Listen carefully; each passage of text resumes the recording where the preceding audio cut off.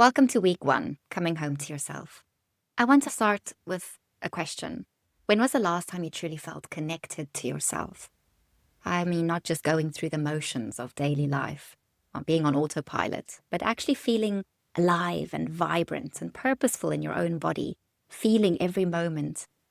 If you're like most women I know, including myself until recently, it's probably been way too long. We've been living in survival mode, putting everyone else first, while our own souls whisper increasingly urgent requests for attention that somehow never make it to the top of our priority list. We have the kids that we put in front, or our relationships, friends, family, paying bills. So here's the brutal truth I had to face. I was living as a passenger in my own life, physically exhausted, spiritually somewhat disconnected, and energetically running on fumes. I'd wake up needing a nap and go to bed feeling like I could run a marathon if I could only get away from the TV. Maybe you can relate. Maybe you've also been wondering where that vibrant, connected woman went, the one who used to feel the life force pulsing through her veins, who felt so aligned with universal energy she could practically see the golden threads linking all things together. I remember sitting on my balcony one morning trying to meditate and realizing I felt like I was speaking through a bad phone connection to my higher self. You know, that frustrating conversation where you keep saying, "Can you hear me now?" and getting static in response. That had been my spiritual life for the past 5 or 6 years since I've had the kids. I tried everything the wellness world told me to try to get back to the woman I used to be. Diets to energetically be more vibrant that left me feeling deprived and rebelling.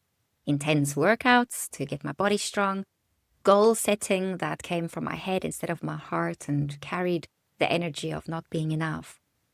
The problem wasn't the individual practices, it was the approach. I was treating transformation like a military operation. Strict rules, rigid timelines, all or nothing thinking.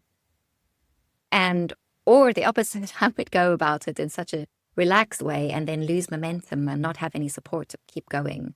So it burns us out and it sets us up for failure because we're missing the most crucial element, which is the reverence for the sacred feminine within us.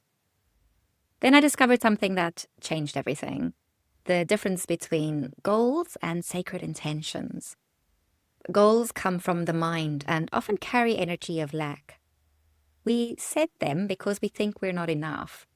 But sacred intentions come from the soul and carry the energy of remembering who we really are. Instead of, "I want to lose weight," it became, "I intend to honor my body as the sacred temple it is." Can you feel the difference in that energy?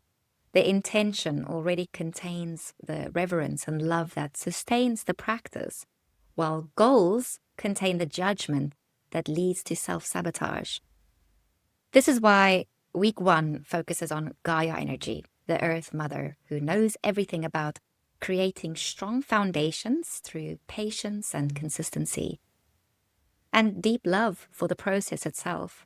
She doesn't rush or force. She works in natural cycles and rhythms. Here's your week one action plan. Number 1, create sacred space.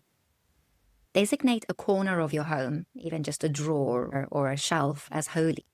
Add a candle or a crystal or something meaningful. And this will tell the universe and your subconscious that your spiritual practice matters enough for you to have territory in your life. Number 2, set sacred intentions. Not goals, but soul-level intentions that make your whole body say yes. Write them down and feel them in your body. 3, start a gentle daily practice of 5 to 10 minutes in the morning or evening, or both, where you are sitting in your sacred space and you take 3 deep breaths and you set an intention and you ask your higher self what it is you need to remember about yourself and about who you really are. 4, honor your temple. Choose one unhealthy habit to release with love, not force, and one nourishing practice to incorporate. Very small, sustainable little steps. Nothing about restriction or punishment. In our first Sacred Sisterhood call, every woman admitted feeling a little bit nervous about starting this journey. And that vulnerability immediately bonded us. By week 8, our WhatsApp group had 20 plus messages daily of the women in our group, which is our sisterhood circles are 5 women in each group. They were sharing beautiful breakthroughs and their challenges and random selfies and dancing on the balcony or making avocado toasties or whatever. It's about claiming space for the sacred, even when you feel out of practice. Your divine feminine self has been waiting patiently for you to come home. Start with your sacred space this week. Comment below and tell me, what did you include in yours? I remember mine, when I just started, included just a candle and a crystal. This crystal, actually, my little amethyst that I love so much. And it grew since then. Comment below and tell me, what are you going to include in yours? And if you want to complete the 26-week journey with our Sacred Sisterhood support, check the link below. The goddess within you is ready to awaken.